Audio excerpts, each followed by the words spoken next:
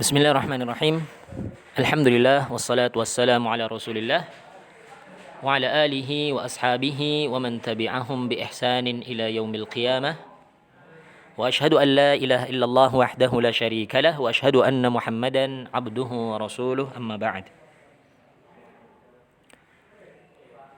Ayyuhat talaba rahimani wa rahimakumullah. Kita lanjutkan kembali pelajaran kita dari pelajaran sirah dengan membaca kitab Khulasatu Nuril Yaqin karya Umar Abdul Jabbar. Sekarang kita masuk di bab yang ke-47. Dukhulur Rasuli sallallahu alaihi wasallam al-Madinata. Nuzuluhu hubbul ansari lil muhajirin ukhuwatul Islam. Di sini ada 4 pembahasan di dalam bab ini. Yang pertama tentang pembahasan tentang masuknya Rasul sallallahu alaihi wasallam ke kota Madinah. Satu ya. Yang kedua, singgahnya beliau. Ya, nanti kita sebutkan di rumahnya Abu Ayyub Al-Ansari ya. Yang ketiga, kecintaan orang-orang Ansar terhadap kaum Muhajirin, dan yang keempat, ukhuwatul Islam. yakni persaudaraan Islam. Ini 4 pembahasan di dalam bab ini. Awalan, lamma dakhala an-nabiy sallallahu alaihi wasallam al-Madinata kana la yamurru bi baitin min buyutil ansar illa sa'aluhu ayyunazzila 'indahum.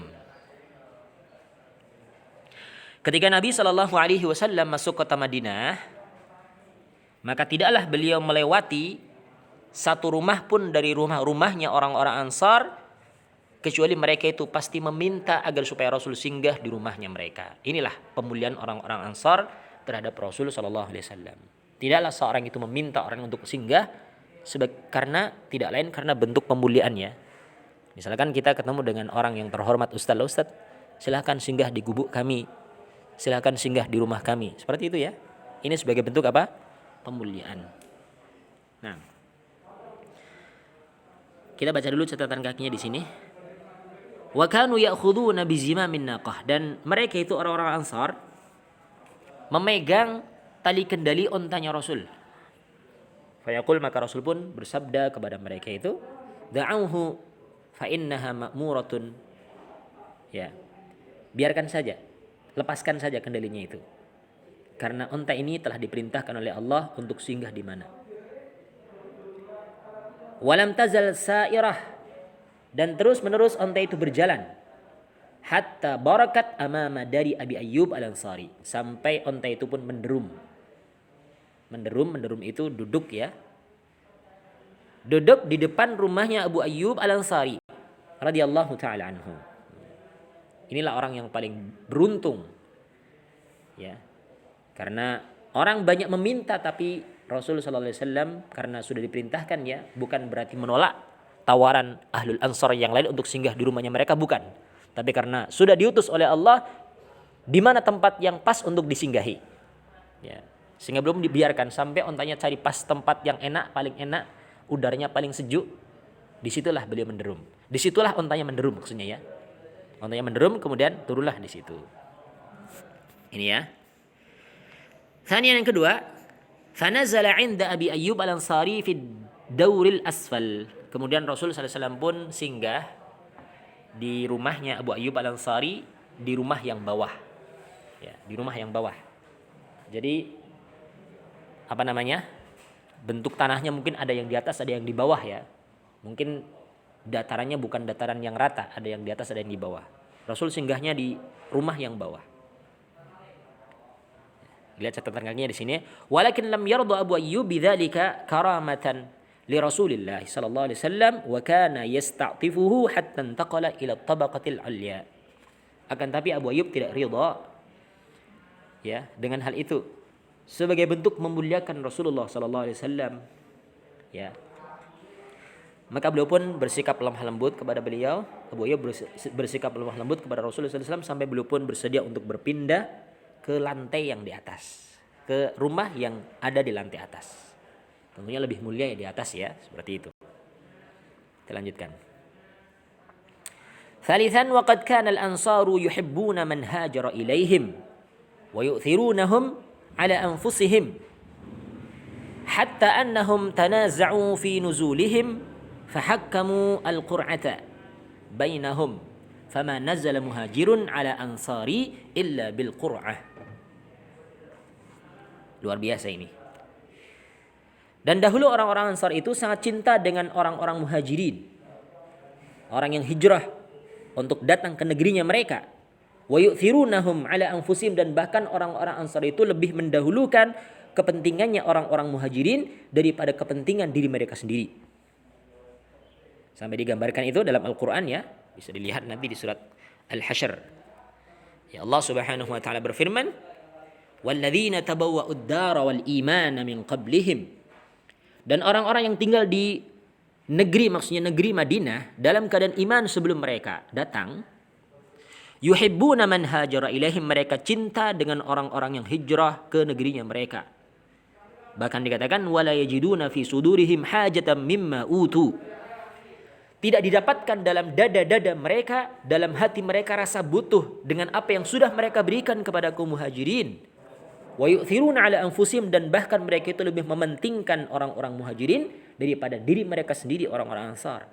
Walau kana bihim khasasah, meskipun sebenarnya mereka juga butuh dengan apa yang mereka berikan itu, tapi enggak ada rasa, maksudnya tidak ada rasa keinginan sedikit pun. Ya udahlah mereka dulu, mereka lebih penting daripada kami. Seperti itu sikap orang Ansar terhadap orang-orang muhajirin. Ini pujian Allah untuk orang-orang Ansar yang Allah abadikan di dalam Al-Quran surat Al-Hasyr ayat yang ke-9.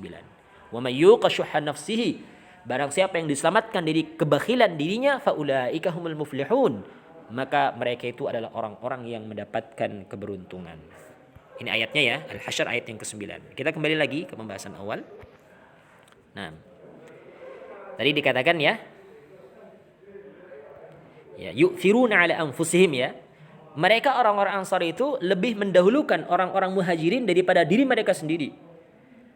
Hatta annahum tanaza'u fi nuzulihim, sampai mereka pun berselisih berkaitan dengan persinggahan mereka orang-orang muhajirin. Berselisih maksudnya bukan berkelahi, maksudnya saling berebut. Sudah di sini saja, kamu tinggal di rumah saya saja. Kamu tinggal di rumah saya saja. Yang lainnya minta lagi, sudah kamu sama saya saja. Sampai berebut seperti itu. Karena apa? Saking inginnya orang-orang Ansar itu memuliakan orang-orang muhajirin sampai berebut berkaitan dengan tinggalnya mereka di mana. Fahakkamu al-qur'ah bainahum, sehingga mereka pun harus memutuskan hukum dengan cara al-qur'ah, dengan cara melakukan undian di kalangan mereka. Ya. Faman nazala muhajirun 'alal ansar illa bil qur'ah, sehingga tidaklah ada seorang muhajirin pun singgah tinggal di rumahnya orang-orang Ansar kecuali dengan cara qur'ah, dengan cara berundi dulu. Ya. Ini luar biasa ya. Sangat luar biasa. Tidak didapatkan di umat-umat yang sekarang. Bahkan sekarang itu tidak mau peduli dengan keadaan yang lainnya. Ya. Nauzubillah. Nah, kemudian yang keempat, thumma inna Rasulullah sallallahu alaihi wasallam akha bainahum ukhuwatan islamiyatan allafat qulubuhum wa ja'alatha kasyai'il wahid.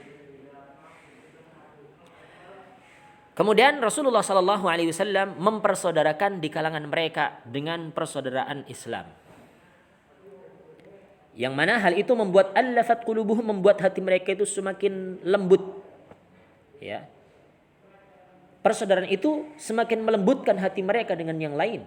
Wa ja'alatha kasyai'il wahid, dan menjadikannya sebagai sesuatu yang satu. Ya. Jadi seperti satu tubuh ya, diibaratkan sebagai satu tubuh ya. Tidak beriman, maksudnya tidak sempurna imannya seseorang di antara kalian hatta yuhibbu li akhihi ma yuhibbu li nafsihi. La yu'minu ahadukum hatta yuhibba li akhihi ma yuhibbu li nafsihi. Dalam hadis disebutkan seperti itu ya. Tidak beriman maksudnya tidak sempurna imannya seseorang sampai dia mencintai sesuatu untuk saudaranya apa yang dia cintai untuk dirinya. Nah, seperti itu ya. Kemudian di sini ada catatan nomor yang ketiga ya. Wadama hadhil ikha ila an anzala Allah Subhanahu wa taala wa ulul arhami ba'duhum aula bi ba'din fi kitabillah. Kemudian persaudaraan ini itu terus berlanjut, tetap tinggal di rumahnya seperti saudara kandung sudah. Tidak ada batasan mahram dan seterusnya barangkali ya. Ini terus berlanjut sampai turunlah firman Allah Subhanahu wa taala wa ulul arham, dan orang-orang yang masih memiliki hubungan rahim itu aula bi ba'din fi kitabillah. Dia orang yang lebih utama terhadap sebagian yang lain sebagaimana telah ditetapkan di dalam kitabullah.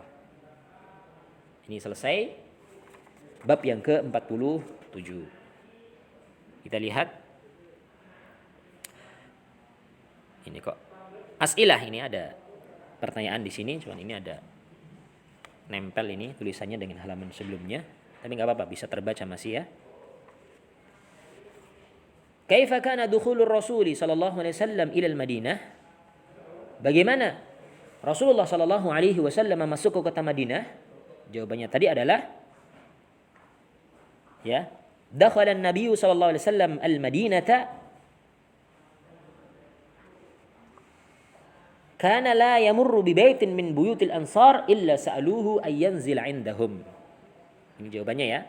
Tidaklah Rasul sallallahu alaihi wasallam sampai ke kota Madinah, masuk kota Madinah, kecuali tidaklah beliau melewati satu rumah pun kecuali mereka itu ingin rumah mereka disinggahi oleh Rasul sallallahu alaihi wasallam. Mereka minta agar supaya Rasul singgah di rumahnya mereka. Ini keadaan masuknya Rasul sallallahu alaihi wasallam ke kota Madinah. Seperti itu disambut. Aina nazala, di mana beliau singgah? Nazala yakni inda Abi Ayyub Al-Ansari. Ya. Nazala inda Abi Ayyub Al-Ansari.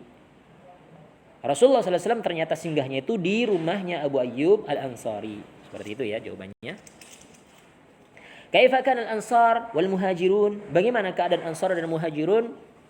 Jawabannya tadi adalah kana al-ansar yuhibbuna man hajara ilaihim wa yu'thirunahum ala anfusihim. Ya, hakada. Hatta innahum tanaza'u fi nuzulihim. Ya. Fahakkamu al-qur'ah bainahum fama nazala muhajirun ala al-ansar illa bil qur'ah. Ini jawabannya tadi ya, sudah kita jelaskan sebelumnya. Madza fa'ala ar-rasul bainahum, apa yang Rasul lakukan di antara mereka? Ar-Rasul sallallahu alaihi wasallam akha bainahum ukhuwatan islamiyatan. Jawabannya itu ya. Rasulullah sallallahu alaihi wasallam mempersaudarakan di kalangan mereka Muhajirin maupun Ansar dengan persaudaraan Islam. Kemudian al-khulasah, nazala an-nabiy sallallahu alaihi wasallam 'inda Abi Ayyub Al-Ansari wa akha bainal Muhajirin wal Ansar. Nabi sallallahu alaihi wasallam itu singgah di rumahnya Abu Ayyub Al-Ansari dan beliau mempersaudarakan di antara kaum Muhajirin dengan kaum Ansar. Para pendatang dengan penduduk asli Madinah dipersaudarakan. Inilah tugas seorang dai. Ketika singgah di suatu kampung, suatu rumah itu bersaudara.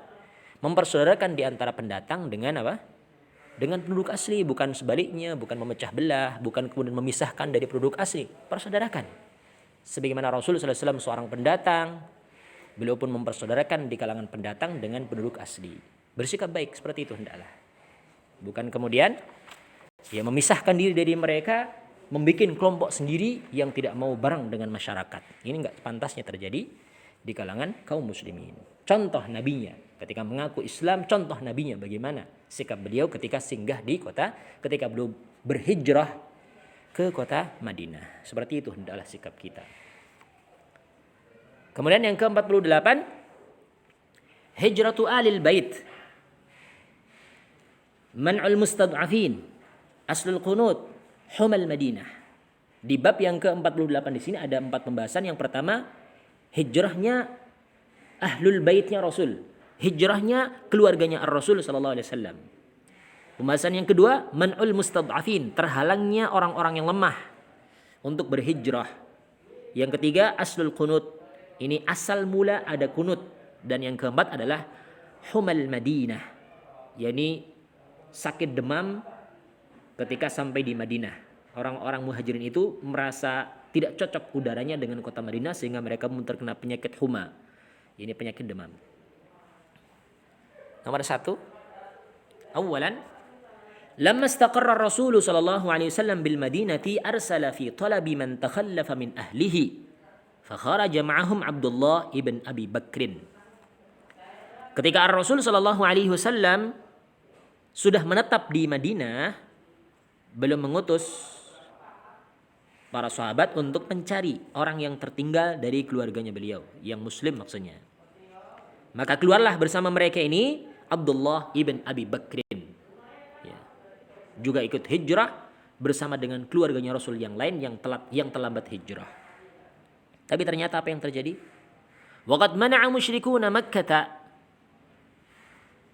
Waqad mana'a musyriku Makkah ba'd al-mustad'afin min as-safar wa'adzabuhum 'adzaban alima. Ternyata orang-orang musyrikin Makkah mereka mencegah, menghalangi sebagian orang-orang yang lemah dari melakukan safar ke Madinah untuk hijrah.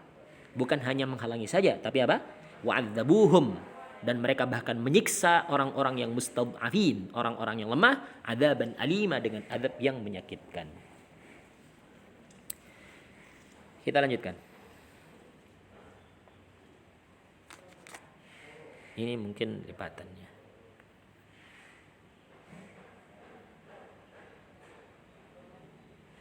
Nomor 3. Thalithan fakana Rasul sallallahu alaihi wasallam yad'u lahum fi witr al-isha wa salat as-subhi ba'da ar-ruku' wa qablahu. Wa hadha aslul qunut. Karena ada keluarganya dan kaum muslimin yang ditindas di Mekah itu, disiksa dengan siksaan yang menyakitkan, maka Rasulullah sallallahu alaihi wasallam itu yad'u lahum, mendoakan kebaikan untuk mereka, orang-orang yang lemah. Kalau yad'u ala, da'a ala, doa ala berarti mendoakan kejelekan atas mereka ya. Tapi kalau yad'u lahu, doa untuk mereka, maksudnya adalah mendoakan kebaikan untuk mereka, orang-orang yang ditindas dari kalangan kaum muslimin yang lemah. Yad'u lahum. Beliau mendoakan kebaikan untuk orang-orang yang lemah dari kalangan kaum muslimin yang dihalangi untuk hijrah dan disiksa oleh orang-orang musyrikin Quraisy pada rakaat ganjil dari salat Isya. Wa salatis subhi, demikian pula beliau mendoakan dengan kunut pada salat subuh. Ba'dar ruku, terkadang dilakukan sebelum ruku, wa qablahu, dan terkadang dilakukan setelah ruku. Ini sebab perbedaan pendapat di kalangan ulama tentang tempat kunut, apakah sebelum ruku ataukah setelah ruku, karena ada dua riwayat ya. Ada yang menyatakan sebelum ruku, ada yang menyatakan setelah ruku baru kunut ya. Wa hadza aslul qunut, inilah asal mula adanya kunut. Ini asal mula adanya kunut. Jadi kunut subuh asalnya itu adalah, ataukah mungkin ini bisa tepatnya itu dikatakan dengan kunut nazilah. Ini kunut ketika terjadi musibah. Musibah ini adalah musibah yang penyebabnya itu adalah manusia. Kezaliman dari manusia, bukan dari langit, bukan dari Allah ya. Karena tidak ada riwayat yang menunjukkan ketika datang musibah berupa gempa, berupa tsunami, berupa wabah, dikunuti, tidak. Karena itu langsung betul dari Allah. Adapun yang dimaksud di sini adalah musibah yang terkait dengan kezaliman orang-orang musyrikin terhadap kaum muslimin. Ya. Kunut untuk kaum muslimin di Palestina dan seterusnya itu kan. Ini kan kezaliman orang-orang Yahudi di Israel ya. Menzalimi kaum muslimin, kunut boleh seperti itu.